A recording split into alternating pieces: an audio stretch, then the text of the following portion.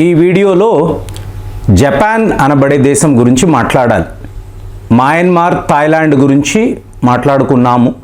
నిన్న చూడండి, Al Jazeera అనబడే ఒక పత్రికలో వచ్చిన ఒక కథనం గురించి నేను చెప్పాను. కానీ మిత్రులు నాకు పంపించిన మెసేజ్లు నిజంగానే చాలా బాధాకరంగా ఉంది. అందువల్లే వాళ్ళు అలా రాశారు. అంటే ఈ మయన్మార్లో మీకు భూకంపం వచ్చే టైంలో మీకు ఒక 700 మంది ముస్లిములు వీళ్ళు ప్రార్థనలో ఉన్నారండి. ఒక భవనములో ప్రార్థనలో ఉన్నారు. ఎంత? 700 మంది. సడన్గా ఈ భూకంపము వచ్చింది, ఆ భవనము కూలిపోయింది. వీళ్ళందరూ కూడా ఆ భవనం అడుగున చిక్కుకుపోయారు. ఇందులో ఒక్కరు కూడా ప్రాణాలతో బయటపడలేదు అనేదే వార్త. చూడండి ఎంత, 700 మంది. కాబట్టే అల్ జజీరాలో ఇలాగ మన ముస్లిములు ఇట్లా చనిపోయారు, మసీదులు ఇలా ధ్వంసం అయ్యాయి, ఇవన్నీ వాళ్ళు రాశారు. సో అలా చూసినప్పుడు ఇప్పుడు జపాన్ గురించి ఎందుకండి మాట్లాడాలి అంటే, ఒక ప్రభుత్వము ఇలాంటి ప్రకటన చేయడము అనేది నేనైతే నా జీవిత కాలంలో ఎప్పుడూ చూడలేదు. మీకు లిటరల్గా మేము ఎదురు చూస్తున్న 9 మ్యాగ్నిట్యూడ్ మెగాక్వేక్, ఎర్త్క్వేక్ కాదండి, మెగాక్వేక్ మా జపాన్ వైపు రాబోతుంది అని ప్రభుత్వము చెప్పడం. వాళ్ళ శాస్త్రవేత్తలు చూడండి, నేను ఒక వీడియో పెట్టాను.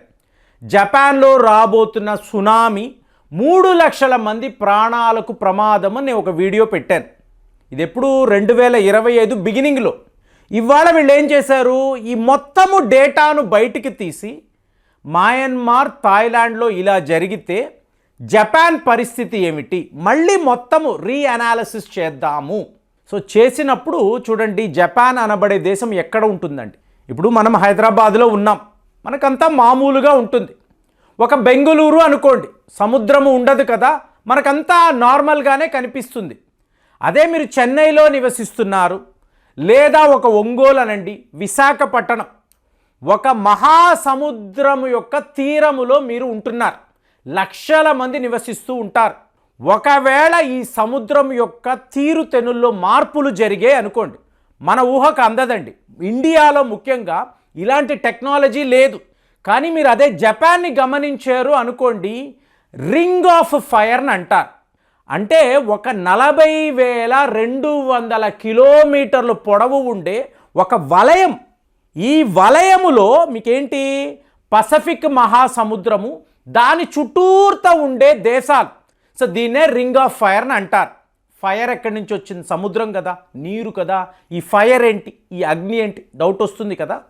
మీకు తెలుసో తెలియదో, ఈ భూమి మీద ఎన్నో వాల్కానోస్ ఉంటాయి, అగ్ని పర్వతాలు ఉంటాయి.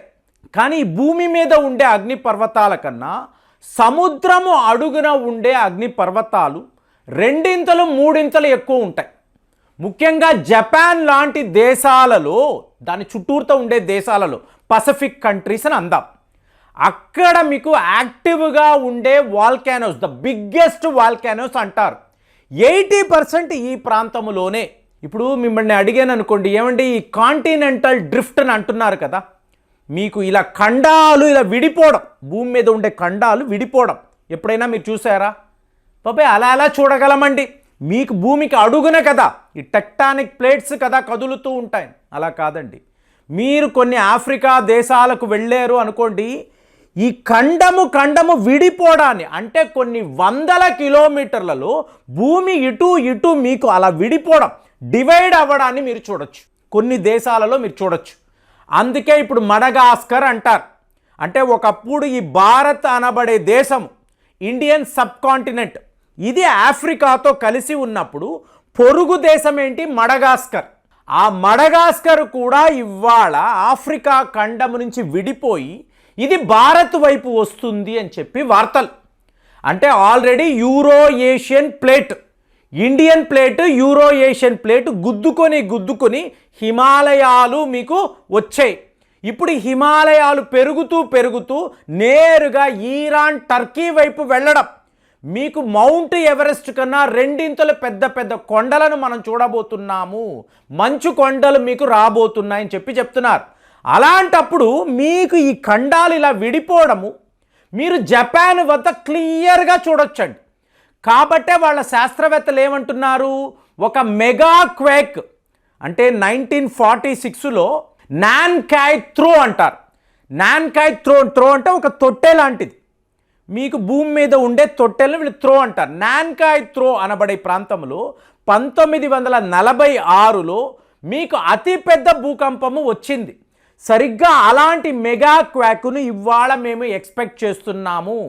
కుదిరినంత వరకు ఈ ప్రాంతాలలో నివసించే ప్రజలు, అంటే ఎగ్జాక్ట్లీ ఎక్కడ వచ్చిందో 900 కిలోమీటర్లు, 900 కిలోమీటర్లలో ప్రజలు నివసిస్తారు కదా.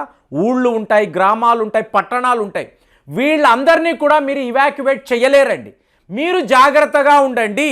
ఇప్పుడు మీరు హైదరాబాద్ నుంచి విశాఖపట్నం వరకు ట్రావెల్ చేయాలండి. ఒక 700-750 కిలోమీటర్లు. ఈ మధ్యలో ఉండే ఊళ్ళు నగరాలనంతా కూడా మీరు ఇవాక్యువేట్ చెయ్యాలి అంటే జరిగే పనేనా? ఎందుకు? అక్కడ ఒక భారీ భూకంపం రాబోతుంది అని చెప్పి ఎవరో చెప్పారు. వీళ్ళని ఎలా మీరు అక్కడి నుంచి ఖాళీ చేయించగలరు? కుదురుతుందా? ఇప్పుడు హైదరాబాద్ నుంచి వెళ్తే విజయవాడ లాంటి ఒక ప్రముఖ పట్టణం వస్తుంది, దాన్ని మీరు డిస్టర్బ్ చేయగలరా? తరువాత రాజమండ్రి అంటాం, కాకినాడ అంటాం. ఈ ఊళ్ళలో ఉండే ప్రజలందరూ మీరు వెళ్ళిపోండి అంటే ఎక్కడికి వెళ్తారు? ఇవాళ జపాన్లో అదే పరిస్థితి అండి. 3 లక్షల ప్రాణాలు ప్రమాదములో పడ్డాయి. ఒకవేళ ఈ మెగా క్వాక్ 1946లో వచ్చింది, ఇవాళ రాబోతుంది. ఇదే మాకు కలుగుతున్న అతిపెద్ద భయము అని చెప్పి సొంత ప్రభుత్వము చెప్పడం, జపాన్ గవర్నమెంట్ చెప్తుంది. టోటల్ ఎపిసెంట్రిక్ అంతా నాన్కాయ్ త్రో అనబడే ఈ ప్రాంతమే. అంటే మీకు జపాన్లో ఎలా ఉంటుందో చెప్పమంటారా? మామూలుగా పిల్లలు స్కూల్స్కి వెళ్తారండి, వాళ్ళందరూ చాలా బిజీగా ఉంటారు. సడన్గా భూమి ఇలా ఊగుతూ ఉంటుంది. అందరూ కూడా వాళ్ళ డెస్కులు ఉంటాయి చూసారా, వాటి అడుగుకు వెళ్ళి దాక్కుంటారు. ఒక 2 నిమిషాలు అయిన తర్వాత టీచర్ గారు అంటారు, అమ్మా మనకు భూకంపం వెళ్ళిపోయింది. మళ్ళీ అందరూ బయట కూర్చుంటారు, న్యూ నార్మల్, మళ్ళీ వాళ్ళు చదువుకుంటూ ఉంటారు. ఇలాంటిది ప్రపంచంలో ఇలాంటి ఒక దేశాన్ని మనము ఎక్కడా చూడలేమండి. 1500 భూకంపాలు ప్రతి సంవత్సరం. అంటే మీకు వన్ ఆఫ్ ద బిగ్గెస్ట్ జీడిపిస్ అండి. అంటే ఇంతంత కష్టాల్లో కూడా, ఇంత నష్టాల్లో కూడా ఆ దేశము, ఆ ప్రజలు చూడండి ఎంత కష్టపడి వాళ్ళ జీడిపిని నిలుపుతున్నారు. టాప్ 5లో జపాన్ ఎప్పుడు ఉంటుంది? మనం ఊహించగలమా? ఇవాళ మనము 3rd పొజిషన్కి వెళుతున్నామని చెప్తున్నాం, కానీ ఆ జపాన్ ప్రజల జీవితాలు చూడు. చిన్న దేశము, ఎటు చూసినా సముద్రము, ఎప్పుడు ఏం జరుగుతుందో ఎవరికి తెలియదు. ఎలాంటి భూకంపాలు, ఎలాంటి షాక్ వేవ్స్ వస్తాయో ఎవరికి తెలియదు. అయినా కూడా వాళ్ళు కష్టపడి పనులు చేసుకుంటూ వాళ్ళ ఎకానమీని అలా నిలబెట్టడము జస్ట్ ఎక్స్ట్రాడినరీ అండి. కాబట్టి మయన్మార్, థాయిలాండ్ కాదు, ఇవాళ జపాన్ చాలా పెద్ద ప్రమాదంలో పడిందని వాళ్ళ గవర్నమెంటే చెప్పడము. వాళ్ళు ఎలా చెప్తున్నారు అంటే 155 లక్షల కోట్లు నష్టము జరగబోతుంది, 3 లక్షల ప్రాణాలు ప్రమాదములో పడింది. ఆ భగవంతుడిని కోరుకోండి ఇలాంటి మెగా క్వాక్ రాకూడదని. కానీ 100% ఇది వచ్చే అవకాశము ఉంది. టోటల్గా ఒకవైపేమో ఫిలిప్పైన్స్కి సంబంధించిన ప్లేట్, ఇంకొక వైపేమో పసిఫిక్ ఓషన్లో ఉంటున్న కాంటినెంటల్ డ్రిఫ్టింగ్, అటువైపేమో యూరో ఏషియన్ ప్లేటు, ఇంకొక వైపేమో ఇండియన్ ప్లేట్. ఇన్ని కలిసి ఒక తీవ్ర స్థాయిలో ఈ రింగ్ ఆఫ్ ఫైర్ వద్ద ఒత్తిడి ఉన్నప్పుడు ఫస్ట్ బలి అయ్యే దేశము జపాన్. ప్రకృతి మాత ముందు, తన యొక్క ఈ శక్తి ముందు మనుషులు ఎంత త్వరలోనే తెలుస్తుందని వాళ్ళు చెప్తున్నారు. మరి ఈ వార్తలు మీరు విన్నారా? జపాన్ని కాపాడడానికి యావత్తు ప్రపంచం ఇవాళ సిద్ధముగా ఉందని అంటున్నారు.